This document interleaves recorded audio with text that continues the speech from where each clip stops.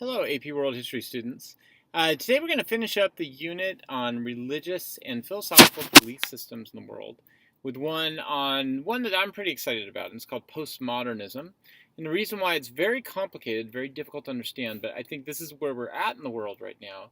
And so I think this particular video is going to help out a lot to explain a lot of really relevant issues, not only to global history, but to, I think, in order to understand like what's going on today in sort of our culture wars between different groups as they're fighting it out over these different issues. So the big argument that I'm going to be making throughout this PowerPoint is that there's this transition we're making from the past, from what are known as traditional beliefs to what are known as modernist beliefs, to today postmodernist beliefs that really are a critique on the idea that we can have any kind of like universal ideas that fit for all people, that really in the end we have to think more local and we have to try to respect the different types of traditions in local areas. That's the idea of postmodernism. So in order to understand this, we do need to go back to the period before postmodernism and understand traditionalism versus modernism. Before we do, I want to quickly talk about what's called worldviews. So the idea of a worldview is that we have certain like values or ways of looking at not just the world in the sense of like a literal sense, nor is it about a specific issue, but rather what are our overall values or foundations in the way that we look at the world that help us to interpret things that are going on in the world.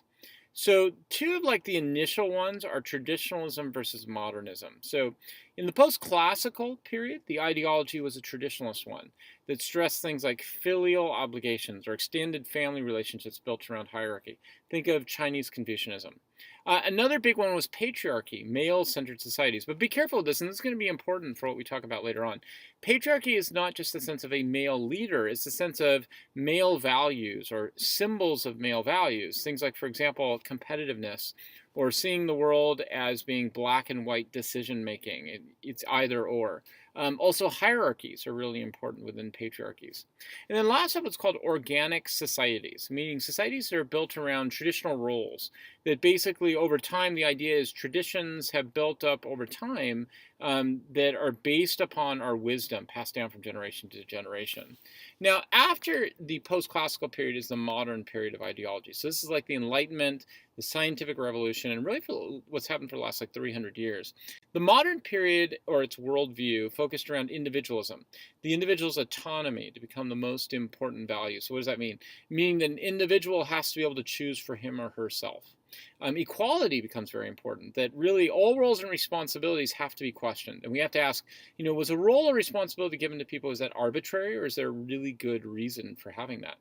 And then last up, the atomic society. So within the sort of like traditional society, the symbol of it is organic, or what's known as like the body. So you oftentimes hear like the body politic or the body society, in which societies are viewed as almost like being a human body. Everything's interconnected. Within the modern society, the idea is more of an atomic society, meaning we are all like connected to each other, but loosely connected. And we're like atoms. We are chaotic. We jump around and bump up against each other. But in the end, by doing that, we create sort of this competitive world in which the eventual consequences create its own like chaotic order. So in order to understand the modern period, we need to go back to the Enlightenment. In the Enlightenment, there are a lot of different thinkers, but the basic values are the natural rights, the idea that individuals are entitled to something. So you think of like John Locke with the idea of the right to life, liberty, and the pursuit of private property. Also democracy, the idea that there should be not only a check on government or voting in government, but democratic values like the sentiment towards individualism, equality, in the marketplace of competition, and not just competition in the sense of economic goods, but also in the sense of like ideas as well. Then there was the suspicion of organized religion, best exemplified by the man Voltaire. So Voltaire criticized traditional religious beliefs and said, all these traditional religious beliefs that people have bought into are really just based upon suspicion, and they're based upon prejudices. And by prejudices, he doesn't mean the way we think of it today. Prejudices are much more based upon this idea of like believing in traditions without really questioning them or asking if there's a real purpose to them. So how do we find out if there's a purpose to something? Well, we can use this scientific method. So the scientific revolution provides this hope that if we use empiricism or the observation of empirical things, that we can eventually find the evidence or the truth of how they work. So some challenges to the Enlightenment. So after the Enlightenment is done, the first major challenge comes from the Romantics.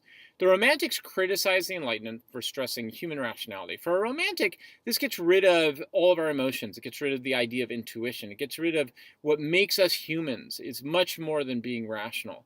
A good example of this was the reaction to a man named Immanuel Kant. Kant was a modernist. He claimed that all human beings could use their minds to eventually create universal claims of ethics. So, like, for example, why should I not lie? I mean, what's wrong with doing that? What's the reason behind it? Or is this just an arbitrary rule?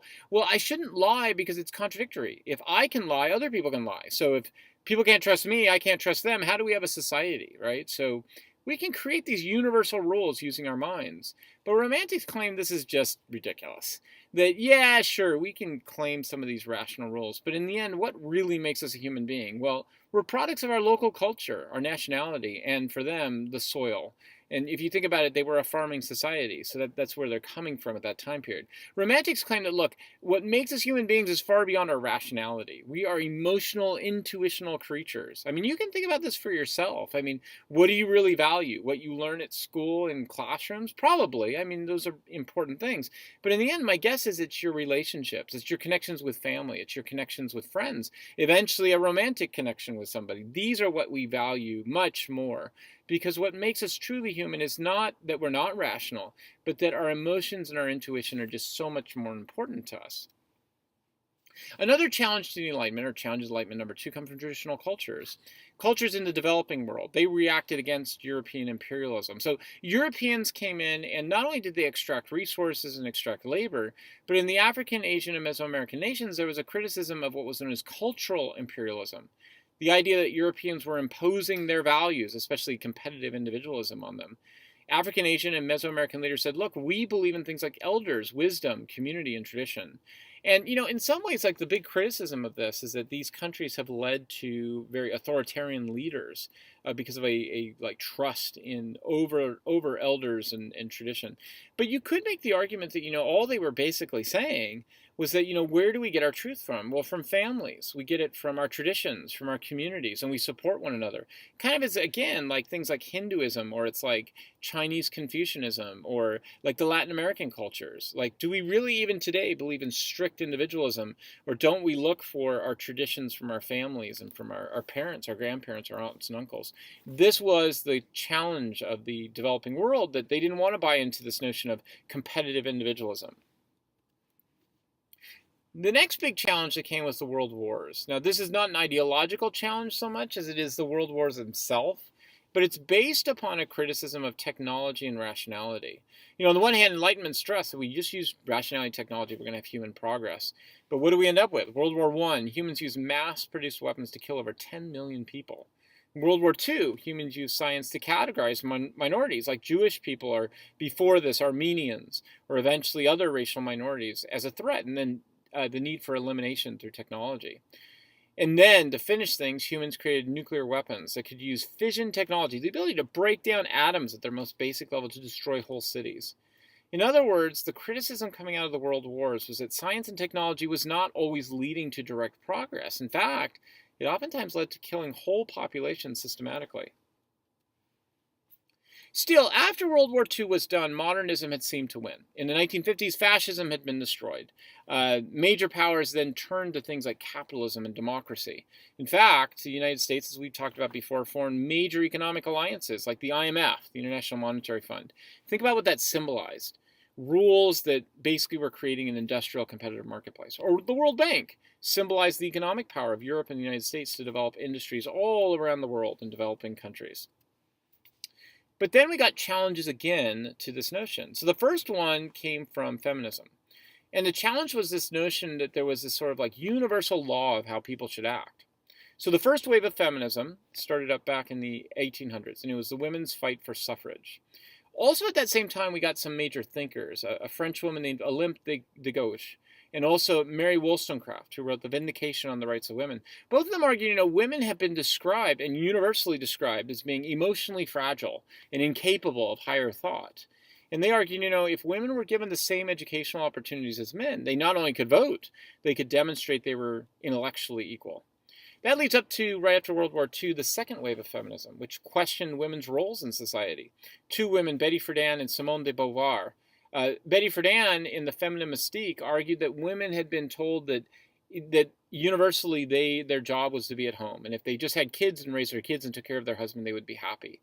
Both Betty Friedan and Simone de Beauvoir argued that just the opposite was happening, that women actually were being limited to the private sphere, and they were finding themselves miserable in the private sphere because they weren't allowed to use their intellectual abilities. Eventually, they began to question the issue of dividing women and men based upon inherent traits. Finally, this has led to what we're living in now, the third way, which questions if there really is any difference between men and women, or aren't these just gender differences? In other words, cultural stereotypes. So the difference between sex versus gender. Sex meaning our biological differences, which obviously there are differences between men and women based upon our ability to reproduce, or based upon even some basic differences in our brain functions. But the question really has come up, are they really that significant, or are these things that we've created through gender? Now, how does this have anything to do with modernism?